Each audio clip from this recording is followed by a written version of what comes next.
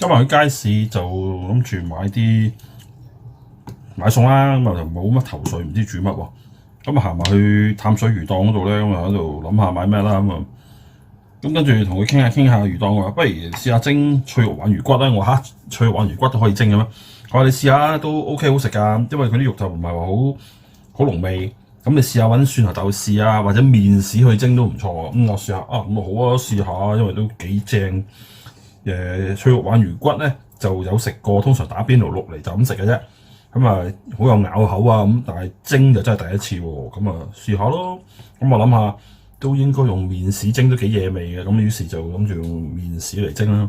咁啊正常啊買翻嚟梗係要洗佢啦。咁因為要好多血啊，成個咪洗佢先咯。咁就要洗又唔係好難嘅。嗱，佢已經起實咗輪㗎啦。咁啊即管就揾水沖一沖佢，沖乾淨啲血嘅啫。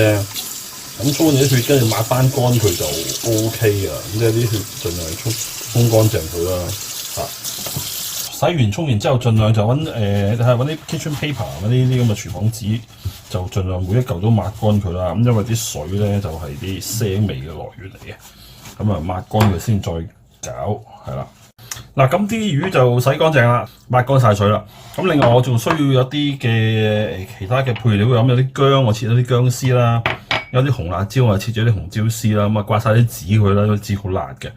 咁就仲有就切咗啲葱同埋芫茜，咁咧就係啦，啲葱就切到大約係即係咁樣啦，切到一啲咁樣啦，芫茜啦，咁芫茜就要啲葉嘅位置啦，咁跟住切咗之後就揾水浸一浸佢，咁就一陣間用嘅咁全部都係切碎佢啦，咁樣嗱啲芫茜同葱切到咁樣。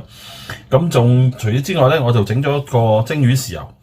咁一陣間就會用㗎啦。咁個蒸魚豉油其實我以前拍過片㗎啦。咁如果想睇翻點整嘅話，就可以睇翻我以前啲片咧。咁一陣就用㗎啦。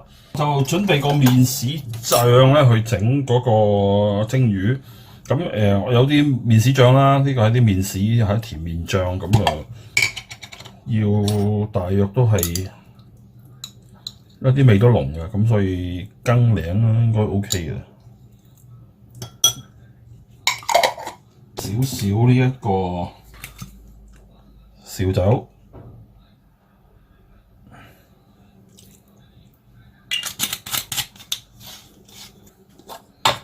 咁啊少少生粉，少少糖，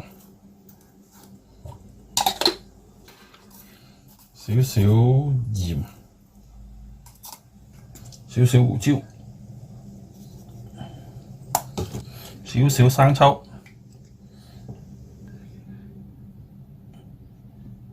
啲蠔油，少少蠔油。咁你就較早前都切咗啲乾葱，咁就係少少乾葱。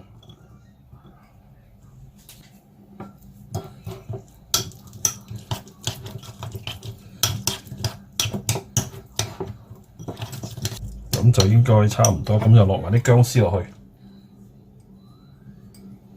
咁一陣間就用呢一個麵豉醬嚟蒸魚啊！仲有啲紅辣椒絲，咁啊落埋少少落去，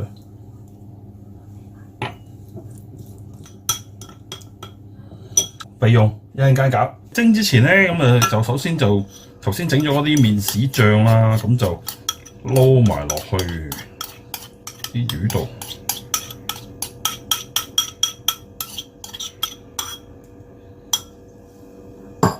咁啊，盡量撈勻佢。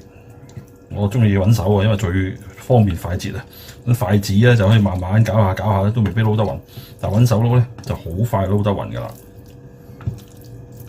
咁啊係啦，咁啊撈勻晒佢，件件都撈到。嗱咁盡量即係撈勻晒之後咧，就盡量鋪喺隻碟度鋪平啲。咁鋪平啲就會容易啲蒸，如果你搭得好厚咧就難熟啊，咁樣就會容易啲均勻，佢令到佢即係全部都容易均勻熟。咁啊煲滾咗水之後咧就放佢落去。呢度咧我估計薄薄地7分鐘都應該 OK 㗎啦。咁啊蒸咗7分鐘，咁蒸咗7分鐘啦，咁啊睇睇啲魚點樣。OK 啦，熟啦，咁啊睇睇佢熟唔熟。咧就好簡單嘅，依家撩開睇睇熟啦，幾鑊。咁咧就之前我就整咗啲準備一啲芫茜龍葱啊嘛，咁而家咧就鋪翻啲芫茜龍葱上面，咁跟住咧就爆翻啲熱油落去。咁我之前就預備咗啲蒸魚豉油啊嘛，咁而家咧就淋埋啲蒸魚豉油上去，咁咧就可以上台啦。麵豉蒸鯇魚骨搞掂，相當之賣相相當唔錯。咁啊第一次煮，試下啲味道如何先。